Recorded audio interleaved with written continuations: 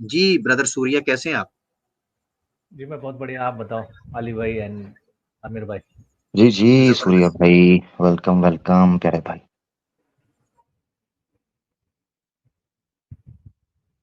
बताइए सूर्या क्या भाई, क्या जी। सूर्या भाई, दुश्मनों से इतनी मोहब्बत क्यों करती हैं वेद? वेद के अंदर जो अहकामात हैं दुश्मनों के लिए कि यार उनके बच्चों को भी जलाओ, मारो, छेद दो, बच्चों को भी, उनकी बीवियों को भी और उनको भी जो नहीं मानते सनातन को, जो रिलीजियस हैं, जो अधर्मी हैं, उनको मार डालो, उनकी सरजमीन उनसे छीन लो। इन मंत्रों के बारे में आप आप क्या फरमाते हैं? ये जो हाँ, जो आप कह रहे हो ना कि जो इस रिलीजियस एक्टिविटी को नहीं मानते, ये अब मेरे को दिखाओगे कहाँ पे लिखा है कि सनातन को नहीं मानते या रिलीजियस को नहीं मानते, ये मुझे जी, दिखाइए। इररिलीजियस लोग वही है ना जो सनातन धर्म को नहीं मानते, वो नहीं नहीं इररिलीजियस नहीं, कहलाते यही तो मैं कह रहा हूँ। यहाँ हिंदू धर्म और इस्लाम धर्म और क्रिश्चियन धर्म की बात नहीं होती ना हमारे में। कोई धर्म का कोई उसमें कंसेप्ट ही कोई नहीं था, नहीं, रिलीजन नहीं में। उस वक्त नहीं देखे। देखे शत्रु। अभी भी शत्रु कौन हमारे में होगा? हमारे नहीं, हमारे में कोई मैं शत्रु आपको मैं मुसलमान को मुसलमान थोड़ी ना था उस टाइम कोई पे। ओहो, आज है कि नहीं है? आज है या नहीं है की बात नहीं है। हम जब ओहो लिखा भैया, गया आज है है ना, देखें। तो शत्रु मुसलमान हमारा शत्रु थोड़ी ना है, हमारे आप जो बात कर रहे हैं उस कैटेगरी को आपने ब्रॉड कर दिया सूर्या भाई, उससे निकला नहीं है मुसलमान। आमिर भाई। आज हम मुसलमान जिस समय हमारा पे हैं। शत्रु है, ऐसा कहाँ है? ये किसी ग्रंथ में नहीं लिखा ना हमारे कि मुसलमान हमारा शत्रु है या क्रिश्चियन हमारा ओ भाई शत्रु है। तो आप कह दें कि उस वक्त मुसलमान था। लिखा ही नहीं है इसमें कि मुसलमान शत्रु है या कोई ओ अधर्मी भाई, जो शत्रु धर्म जो का भी होगा, कंसेप्ट। भाई भाई भाई भाई सूर्या भाई, कॉमन शत्रु सेंस कोई भी यूज होगा, करें हाँ। थोड़ा सा। अब हम जनरल शत्रु कोई शत्रुओं की भी बात कर रहे हैं, होगा। जनरल शत्रु। हाँ, ठीक है ना। ठीक अब ठीक है। शत्रु वो क्या उसे कहते हैं, मुसलमान हो, शत्रु वो बौद्ध हो, जैन हो, मसीही हो, ठीक है, कोई भी हो, उसके आप साथ ये करना है। असल एक मकसद आमिर ये है आमिर भाई, कि आप वेद गलत अपने गलत शत्रुओं के कह बारे रहे में हैं। क्या आप कहता है। गलत सेंटेंस है। रिलीजियस एक्टिविटी की बात नहीं हो रही, मतलब वहां पे रिलीजियस का टर्म ये नहीं है कि जो ईश्वर को ना मानता अच्छा, हो या। इसका मतलब ये है कि वेद नॉन रिलीजियस एक्टिविटी की बात कर रही है, अधर्म करने की बात कर रही है। धर्म यानी वेद अधर्म में जो लिखा अधर्म है, अधर्म वेद में जो मतलब लिखा है वो वेद में धर्म का उपदेश नहीं है। ये हिंदू धर्म और मुस्लिम धर्म का संदेश नहीं है, ये धर्म नहीं की नहीं, परिभाषा मैं वही कह रहा वही हूँ होती है। वेद में, सुने जरा गौर से सुने, हिंदू धर्म और मैंने इधर उधर बात ही नहीं की, वेद में धर्म का उपदेश नहीं है।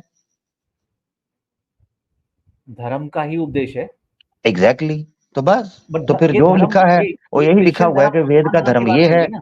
हमारे से जो विरुद्ध जाएगा उसको हम रगेद के रख देंगे, ये लिखा हुआ है, सिंपल। नहीं नहीं नहीं, आप धर्म का कंसेप्ट ही नहीं समझ रहे। धर्म धर्म का कंसेप्ट केवल ये चार धर्म पांच धर्म जो बनाए गए ना, ये धर्म नहीं है। और नहीं नहीं, मैं वो मान ही नहीं रहा सूर्या भाई।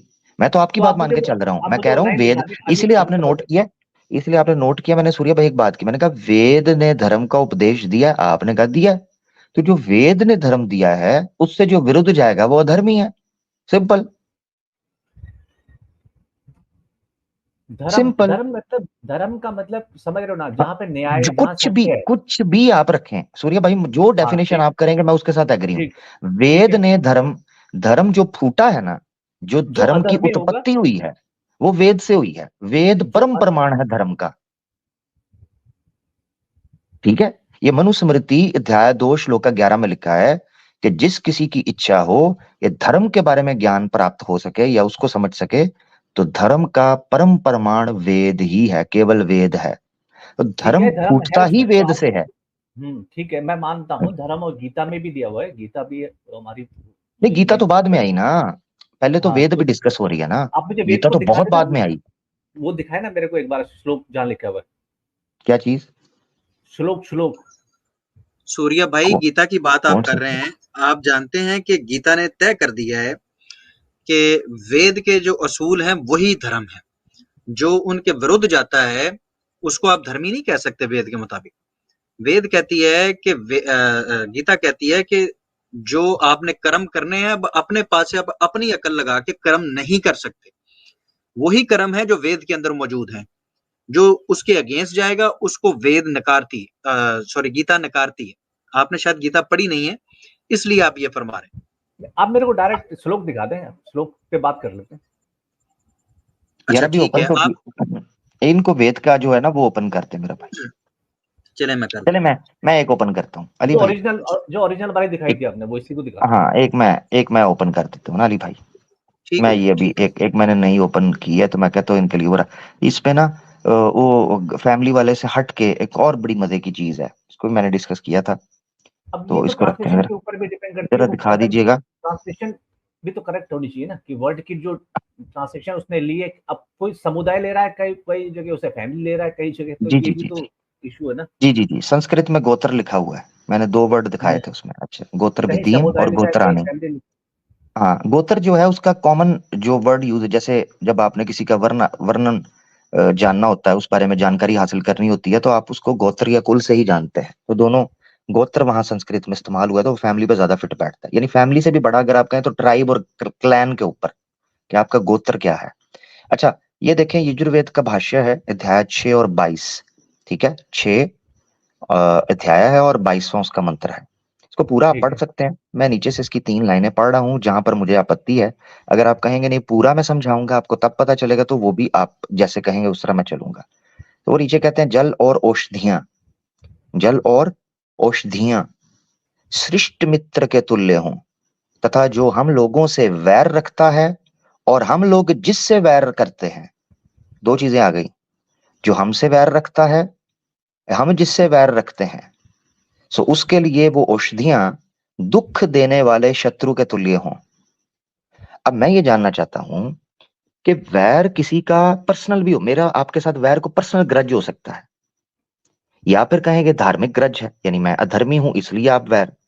मगर ये दोनों साइडों पर आपने रखा है, आप मुझसे वैर रखते हैं या मैं आपसे वैर रखता हूं, दोनों सूरतों में प्रार्थना ये की जा रही है यजुर्वेद के अंदर कि जो औषधियां हैं, औषधियां ऐसे पदार्थों या ऐसे मैटर को कहते हैं जो मेडिसिन का काम या सर्वाइवल का दवाइयाँ। काम या हेल्थ का काम, दवाइयां, यस, हेल्थ का मेडिसिन का काम करती हूँ, हर्बल मेडिसिन वगैरह ज्यादा उनका काम करती हूँ। तो सवाल, जल, इवन जल बोला गया, जल और औषधियां, पानी भी, तो कहते हैं हमारे लिए जहां वो श्रेष्ठ मित्र के तुल्य हों। श्रेष्ठ मित्र का तुल्य मतलब है सिंसियर फ्रेंड, ऑनेस्ट फ्रेंड, कि हमें धोखा ना दें। मगर जो हमसे वैरी हैं, हमारे शत्रु हैं, उनके लिए वो दुख देने वाले शत्रु के तुल्य हों। भाई सवाल ये उठता है कि ऐसी क्या जो है ना वो दुश्मनी और क्रोध है, बस और शत्रु ईश्वर तो शत्रु ही पक्षपाती हुआ है ना। क्या? हम्म। नहीं, शत्रु तो शत्रु ही हुआ।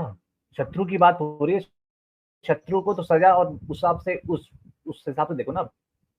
नहीं, आप मुझसे वैर रखते हैं, शत्रु के बारे में बात हो रही आप मुझसे वैर रखते हैं या मैं आपसे वैर रखता हूं, है। ठीक है, शत्रु हो गए हम आप लोग। हम शत्रु हो गए, वो वैर ठीक का है। कारण क्या है? कारण यहाँ दिया ही नहीं ना, यहाँ तो बस मैं इसी एग्जैक्ट लाइन को, जो जो एग्जैक्टली लाइन दी हुई है उसको बता रहा हूँ। एग्जैक्टली, एक ऊपर लाइन चले जाएंगे, ओ वरुणा आपके राज्य में, ठीक है।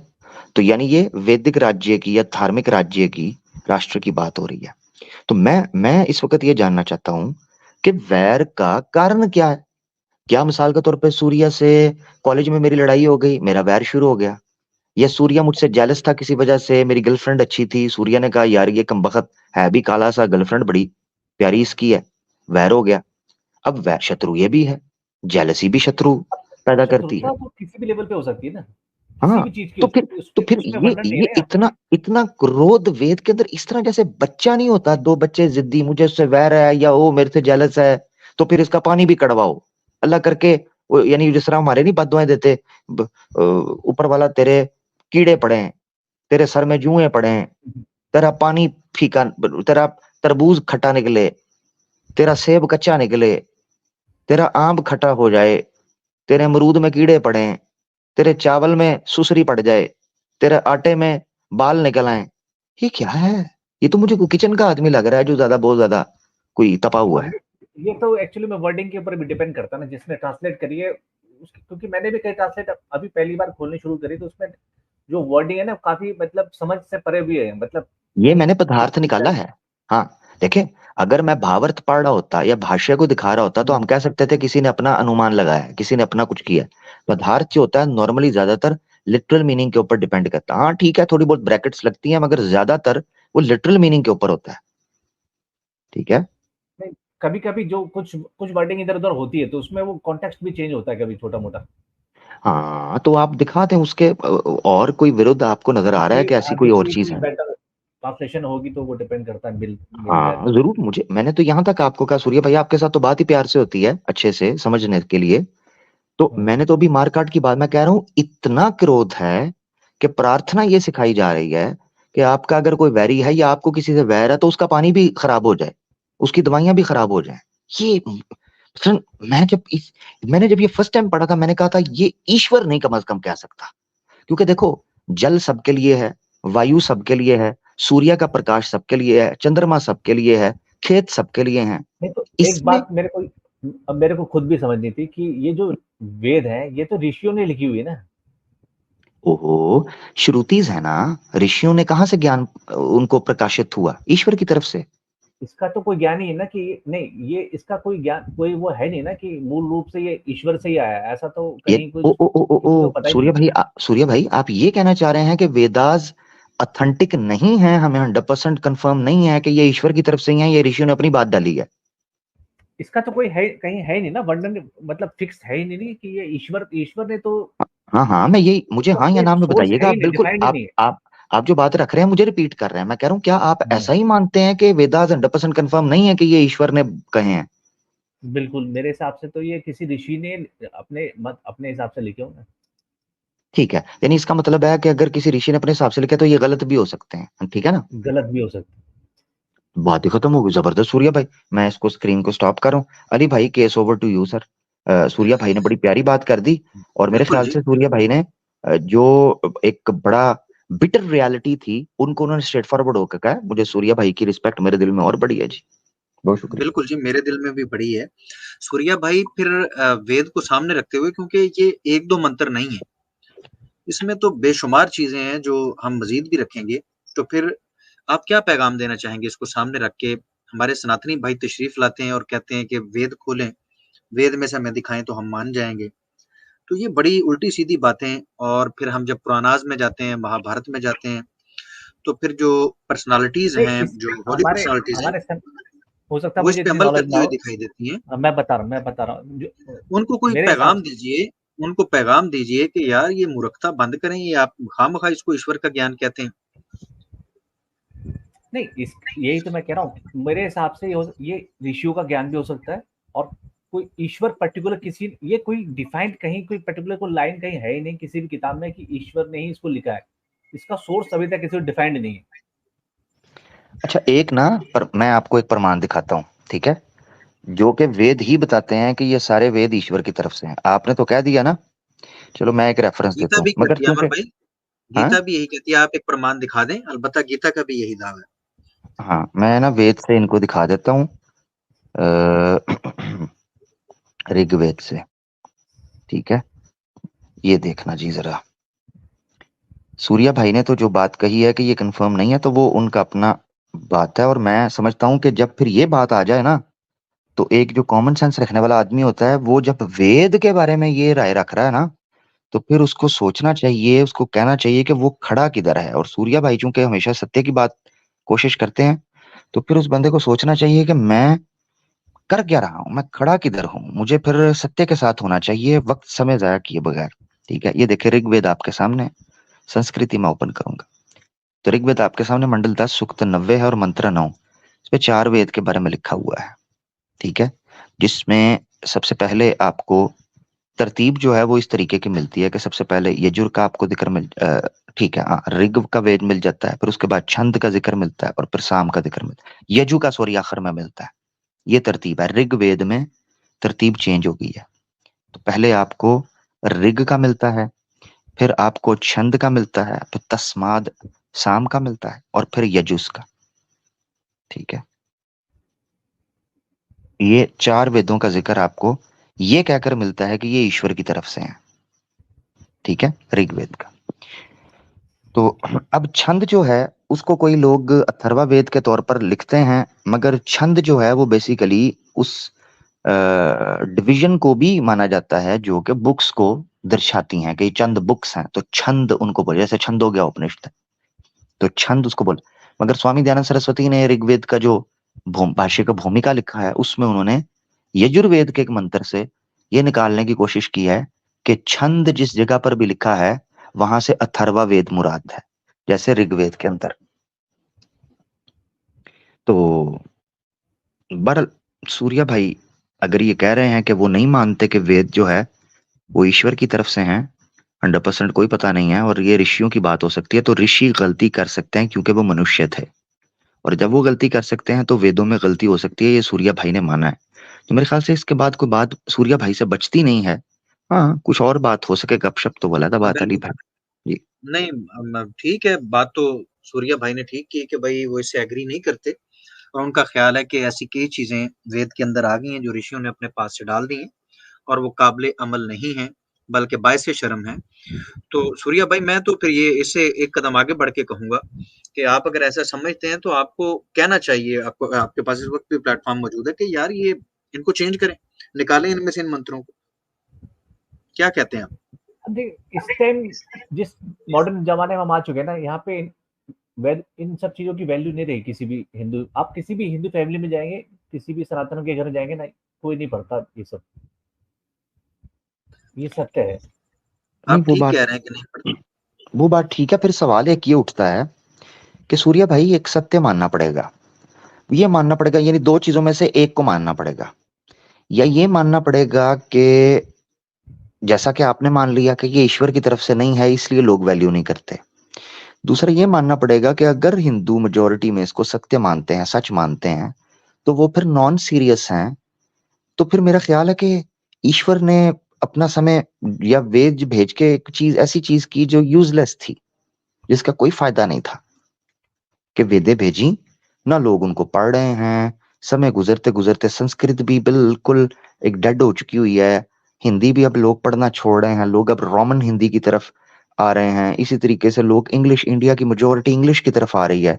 मैं पहले साउथ इंडिया में देखा करता था मेजोरिटी लोग इंग्लिश बोलते था, मैं नॉर्थ की तरफ देख रहा हूँ वो भी इंग्लिश की तरफ ज्यादा आ रहे हैं, हिंदी हिंदी उनको भी पढ़नी कम हो गई है, सारे इंग्लिश मीडियम हो गए हैं। तो फिर मेरे ख्याल से नॉन सीरियस लिया है। मुझे नहीं समझ आती कि फिर सनातन धर्म चंद त्योहारों के, चंद रिचुअल्स के और क्या रह गया। मसलन बच्चा पैदा हुआ, थोड़ा चीज कर ली, ठीक है, नामकरण कर दिया, अच्छा, फिर थोड़ी सी पूजा पाठ करवा दी, ठीक है, फिर उसके बाद ब्याह का मामला हो गया, फिर मर गया तो अंतिम संस्कार कर दिए, ठीक है, शादी ब्याह का मामला है तो 4 फेरे लगवा दिए, 7 फेरे लगवा दिए, और ये सारे मामले। इसके अलावा मुझे समझ नहीं, नारियल फोड़ दिया, कोई अच्छा कारोबार शुरू किया तो गाड़ी के टिक्का लगा दिया, गाड़ी पर नारियल लगा दिया, इस तरह करके ये फोटो लगा दी गणेश जी की और श्री कृष्णा जी की, श्री राम जी का कुछ कर दिया, बस, मुझे या मंदिर चले गए। तो मुझे इसके अलावा समझ नहीं आती कि एज अ रिलीजन इसको डिस्कस कैसे करेंगे, कि जब जैसे सूर्या भाई हैं इस तरह यूथ नॉन सीरियस हो चुकी हुई है, अगर वो इंटरेस्ट नहीं ले रहे, फिर रिलीजन को नहीं अलाइव आमिर भाई, कैसे रखना है? एक बात और यहाँ पे, ये हमारी प्रॉब्लम नहीं है, ये बहुत शुरू से चली आ रही है। ये केवल जो ये जो पार्ट है ना, ये क्या नाम है, क्या कहते हैं इसको, वेद का और गीता का, ये केवल दूसरे पंडित और जो उनके हिसाब से उनके ऊपर छोड़ा हुआ है। जो बाकी हाँ, पब्लिक है, जो नॉर्मल पब्लिक है, वो इससे बिल्कुल अलग है।